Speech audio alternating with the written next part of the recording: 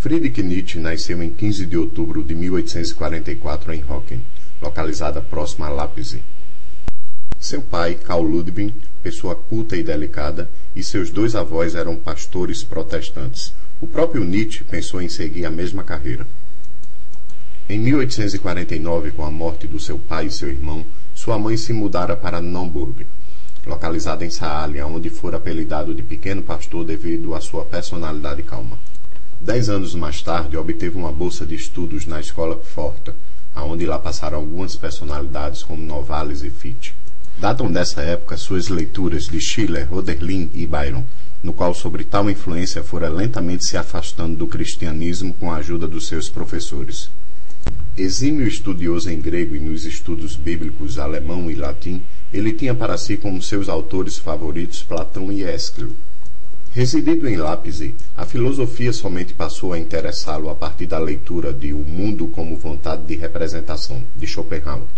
Sendo assim, Nietzsche fora atraído pelo ateísmo de Schopenhauer, assim como pela posição essencial que a experiência estética ocupa em sua filosofia, sobretudo pelo significado metafísico que atribui à música.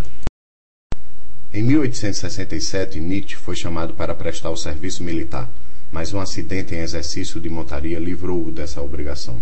Voltou então aos estudos na cidade de Leipzig. Nessa época teve início sua amizade com Richard Wagner, que tinha quase 55 anos e vivia então com Cosima, filha de Liszt. Nietzsche encantou-se com a música de Wagner e com seu drama musical, principalmente com Tristão e Isolda e com os mestres cantores. A Alemanha entra em guerra com a França em 1870, onde Nietzsche contraiu difteria e disenteria. Lentamente Nietzsche restabeleceu-se e voltou a Basileia a fim de prosseguir seus cursos. Em 1871 ele publica O Nascimento da Tragédia, a respeito da qual se costuma que o verdadeiro Nietzsche fala através das figuras de Schopenhauer e de Wagner. Seu livro foi mal acolhido pela crítica, o que o impediu a refletir sobre a incompatibilidade entre o pensador privado e o professor público.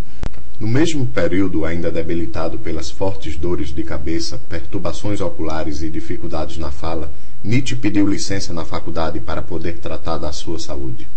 Terminada a licença da universidade, Nietzsche voltou à cátedra, mas sua voz agora era tão imperceptível que os ouvintes deixaram de frequentar seus cursos. Em 1879, pediu demissão do cargo. Nessa ocasião, iniciou sua grande crítica dos valores escrevendo humano, demasiado humano. Afastou-se da filosofia de Schopenhauer, recusando sua noção de vontade culpada e substituindo-a pela de vontade alegre. Isso lhe parecia necessário para destruir os obstáculos da moral e da metafísica.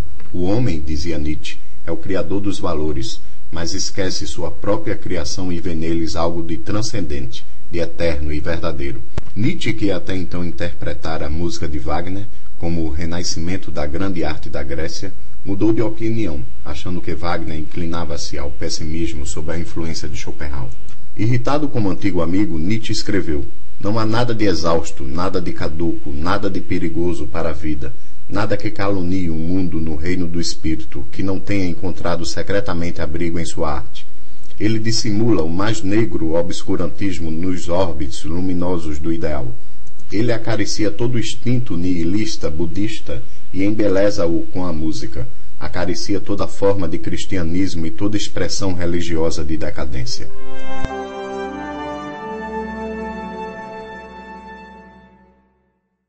Em 1880, Nietzsche publicou O Andarilho e Sua Sombra. Um ano depois apareceu Aurora, com o qual se empenhou. Ambas as obras receberam críticas de seus amigos. Em 1882 veio à luz A Gaia Ciência. Depois, Assim Falou Zaratustra. Para além de Bem e Mal, O Caso Wagner, Crepúsculo dos Ídolos e Nietzsche contra Wagner. Outras obras só vieram a aparecer após a sua morte.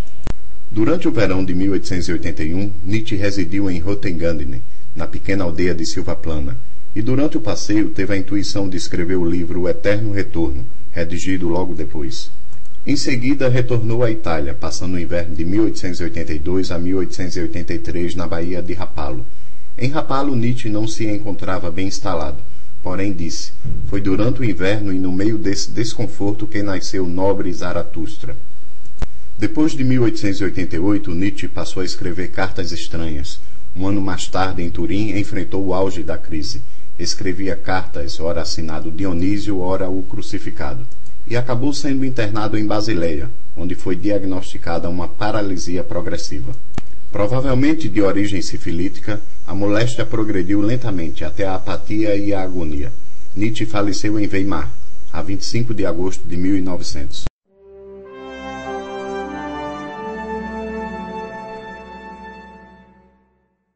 Nietzsche enriqueceu a filosofia moderna com meios de expressão, o aforismo e o poema.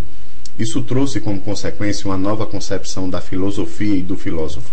Para Nietzsche, o tipo de filósofo encontra-se entre os pré-socráticos, nos quais existe unidade entre o pensamento e a vida. Está estimulando o pensamento e o pensamento afirmando a vida. Essa degeneração, afirma Nietzsche, apareceu claramente com Sócrates quando se estabeleceu a distinção entre dois mundos, pela oposição entre essencial e aparente, verdadeiro e falso, inteligível e sensível. Para Nietzsche, a grande tragédia grega apresenta como característica o saber místico da unidade da vida e da morte, e nesse sentido constitui uma chave que abre o caminho essencial do mundo. Esse bem ideal concebido por Sócrates existiria em um mundo suprassensível, no verdadeiro mundo, inacessível ao conhecimento dos sentidos, os quais só revelariam o aparente e o irreal.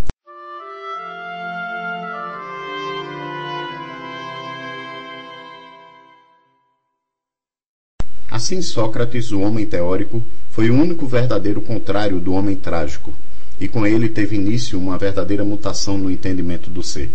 Com ele, o homem se afastou cada vez mais desse conhecimento, na medida em que abandonou o fenômeno do trágico, verdadeira natureza da realidade, segundo Nietzsche.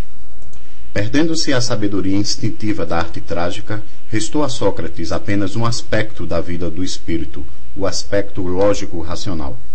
Faltou-lhe a visão mística, possuído que foi pelo instinto irrefreado de tudo transformar em pensamento abstrato, lógico, racional. Penetrar a própria razão das coisas, distinguindo o verdadeiro do aparente e do erro, era para Sócrates a única atividade digna do homem. Para Nietzsche, porém, esse tipo de conhecimento não tarda a encontrar seus limites. Esta sublime ilusão metafísica de um pensamento puramente racional associa-se ao conhecimento como instinto e o conduz incessantemente a seus limites, onde este se transforma em arte. Por essa razão, Nietzsche combateu a metafísica, retirando do mundo suprassensível todo e qualquer valor eficiente, e entendendo as ideias não mais como verdades ou falsidades, mas como sinais. A única existência para Nietzsche é a aparência e o seu reverso não é mais o ser. O homem está destinado à multiplicidade e a única coisa permitida é sua interpretação.